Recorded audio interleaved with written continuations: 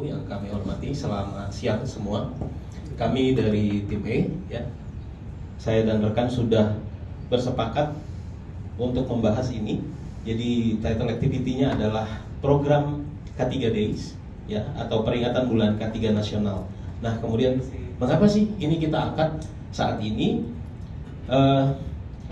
Jadi hasil diskusi kami ini latar belakangnya adalah bagaimana ini adalah momen bagaimana HSE itu bisa lebih melekat di hati rekan-rekan kita yang lain di perusahaan, ya, bagaimana kita bisa menjadikan safety culture di sebuah perusahaan. Nah, kemudian latar belakangnya juga adalah kita memberikan edukasi, kemudian kita memberikan pemahaman, kemudian ini sebagai momen bahwa semua adalah agen K3. Jadi K3 ataupun HSE bukan hanya tanggung jawab Departemen HSE saja, namun semua terlibat dalam kegiatan health, safety, dan enviro.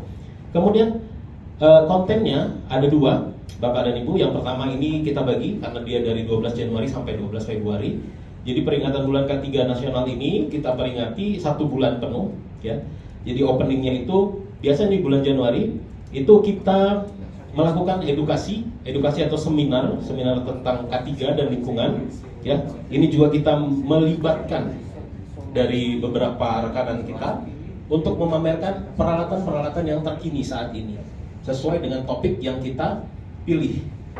Kebetulan pada bulan ini kita memilih topik vertical rescue dan confined space. Maka supplier kami undang untuk memamerkan apa saja sebagai penunjang, fasilitas penunjang selama dua kegiatan tersebut. Dan akhirnya para karyawan akan melihat seberapa pentingnya, kemudian bagaimana kemajuan teknologi dalam penggunaan alat vertical rescue dan confined space. Dan bukan itu saja, pada sesi pertama ini di edukasi ini kami juga mengundang rekanan-rekanan kami, ya, perusahaan-perusahaan sekitar untuk dapat hadir di dalam acara ini, ya. Kemudian mereka memberikan partisipasi aktif, akhirnya kita saling sharing. Bahkan kami mengundang Bapak dan Ibu dari dinas lingkungan hidup, dinas tenaga kerja untuk melakukan fokus group discussion. Jadi kita menimba ilmunya juga, regulasi yang terkini apa, jadi kita lebih update. Kemudian pada sesi 1 ini juga ada namanya donor darah, dan lain sebagainya. Dan di sesi 1 ini juga kita memberikan refresh kembali, ya. Kita memberikan refresh lagi untuk karyawan-karyawan kami yang nantinya di sesi 2 akan mengikuti perlombaan. Seperti perlombaan, ini sesi 2 masuk sesi 2. Jadi perlombaannya itu ada Dakar, kemudian P3K, kemudian lomba cepat-tepat, namun kami ubah sekarang formatnya menjadi ranking 1.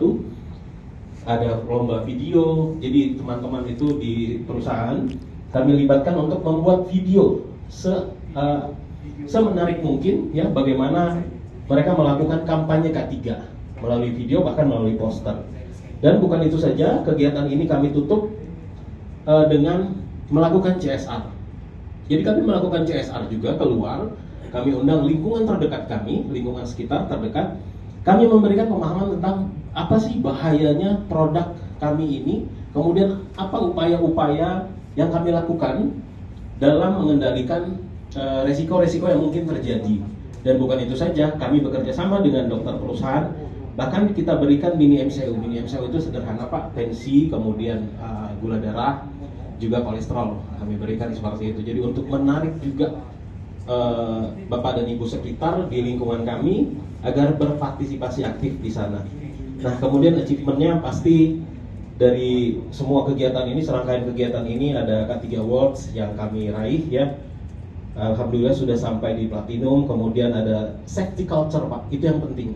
Jadi safety culture itu menjadi prioritas. Mengapa program ini terus kami lakukan sampai hari ini.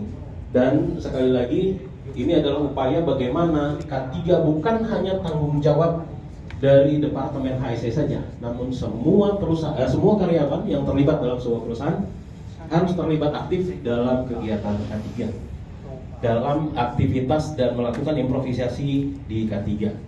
Mungkin itu, Pak Adit, ada yang mau ditambahkan?